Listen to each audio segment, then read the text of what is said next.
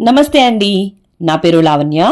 Welcome back to Bhimavaram special kitchen. రోజు నేను మీకు 5 నిమిషాల్లో చాలా సింపుల్గా టేస్టీగా చేసుకుని ఉల్లి మిక్చర్ని ఎలా తయారు చేసుకోవాలో చూపిస్తున్నాను అండి.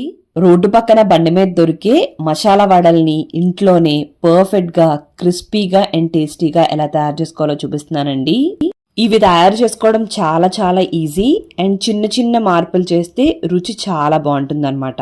వీటి ప్రిపరేషన్ ఏంటో చూసేద్దామా.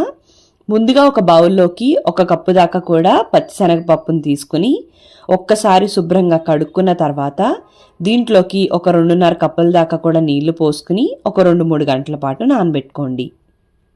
ఒక 3 గంటలు అయిన తర్వాత తీసుకుని చూసుకుంటే శనగపప్పు చాలా బాగా నానిపోయి ఉంటుంది. ఇప్పుడు దీన్ని ఒక స్టైనర్లోకి వేసుకుని నీళ్ళన్నీ కూడా వాడేంత వరకు పక్కకు పెట్టుకోండి.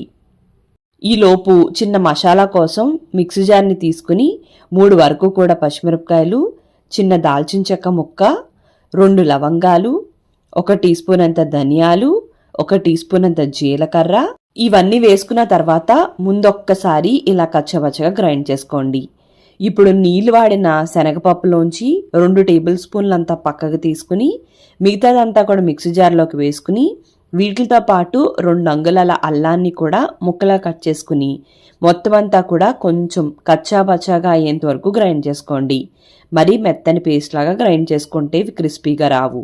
ఇప్పుడు దీంట్లోకి ఒక గుప్పెడన్ని ఉల్లిపాయ ముక్కలు, కొద్దిగా కొత్తిమీర, అలానే కొద్దిగా కరివేపాకు వేసుకుని అలానే పక్కకు పెట్టుకున్న శనగపప్పు అంతా కూడా వేసుకుని 1 టీ స్పూన్ అంత ఉప్పు, 2 టీ స్పూన్లంతా బియ్యం పిండి వేసుకోండి. దీనివల్ల క్రిస్పీనెస్ ఇంకాస్త పెరుగుతుంది. ఇప్పుడు ఇవన్నీ కూడా కలిసేంత వరకు కూడా బాగా కలుపుకోండి. శనగపప్పు గ్రైండ్ చేస్తున్నప్పుడు నీళ్లు వాడకూడదనే విషయం మర్చిపోకండి. ఇప్పుడు కొద్దిగా తీసుకుని వీటిని వడల్లాగా ఒత్తుకోండి. వడల్లాగా ఒత్తుకున్నప్పుడు మరీ పలుచగా కాకుండా మరీ లావుగా కాకుండా ఈ విధంగా ఉండేలాగా చూసుకోండి. ఇలా ఒక వాయికి సరిపడా అన్నీ కూడా రెడీ చేసేసుకుని పక్కకు పెట్టుకుని ఆ తర్వాత స్టవ్ని ఆన్ చేసుకుని కడాయిని పెట్టుకుని డీప్ ఫ్రైకి సరిపడా ఆయిల్ పోసుకుని మీడియం ఫ్లేమ్లో పెట్టుకుని హీట్ చేసుకోండి. ఆయిల్ హీట్ అయిన తర్వాత వడల్ని ఒక్కొక్కటిగా వేసుకుని 2 వైపులా కూడా మంచి రంగు వచ్చేంత వరకు వేయించుకోండి. ఫ్లేమ్ని కంపల్సరీ మీడియం ఫ్లేమ్లో పెట్టుకుని మాత్రమే వీటిని వేయించుకోవాలి. ఇవి ఇలా మంచి రంగు వచ్చిన తర్వాత స్టైనర్ సహాయంతో తీసేసుకోండి. నూనె ఆల్రెడీ బాగా వేడెక్కి ఉంటుంది కాబట్టి 2వ వాయి వేస్తున్నప్పుడు ముందు అంతా కూడా సిమ్లోకి పెట్టుకుని నురగ తగ్గిన తర్వాత అప్పుడు ఫ్లేమ్ని మీడియంలోకి టర్న్ చేసుకుని ఇవి కూడా మంచి రంగు వచ్చేంత వరకు వేయించుకోండి. చూసారు కదండి, ఇంత సింపుల్గా మనం మసాలా వడని తయారు చేసుకోవచ్చు.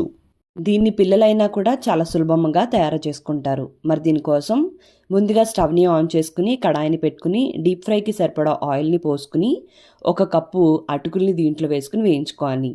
నూనె బాగా వేగిన తర్వాత మాత్రమే మనం కడాయిలో వేసుకున్న నూనె బట్టి ఈ అటుకులన్నిటిని కూడా వేయించుకోండి. ఇవి వడియాల్లాగా వెంటనే వేగిపోతాయి. ఇప్పుడు ఒక స్టైనర్లోకి తీసేసుకోండి. నేను కప్పుడు అటుకులు 2 సార్లు వేయించుకున్నాను. ఇప్పుడు అదే ఆయిల్లోకి 1/4 కప్పు దాకా కూడా కార్న్ఫ్లేక్స్ని వేసుకుని వేయించుకోండి. ఇవి పాలల్లో వేసుకునే కార్న్ఫ్లేక్స్ కాదండి, మిక్చర్లో కలుపుకునే కార్న్ఫ్లేక్స్. ఇవి కూడా వడియాల్లా వెంటనే వేగిపోతాయి. అలానే దీంట్లోకి 1/4 కప్పు దాకా కూడా వేరుశనగ గుళ్ళు వేసుకుని ఇవి కూడా దోరగా వేయించుకుని పక్కకు తీసుకోండి. అటుకులు అలానే కార్న్ఫ్లేక్స్ కూడా మంచి క్రిస్పీగా వస్తాయండి. ఇవి ఉల్లిపాయ వేసేటప్పటికి మెత్తబడిపోతాయి కాబట్టి ముందు ఒకసారి వీటిని ఇలా చేత్తో అంతా కూడా స్మాష్ చేసేసుకోండి.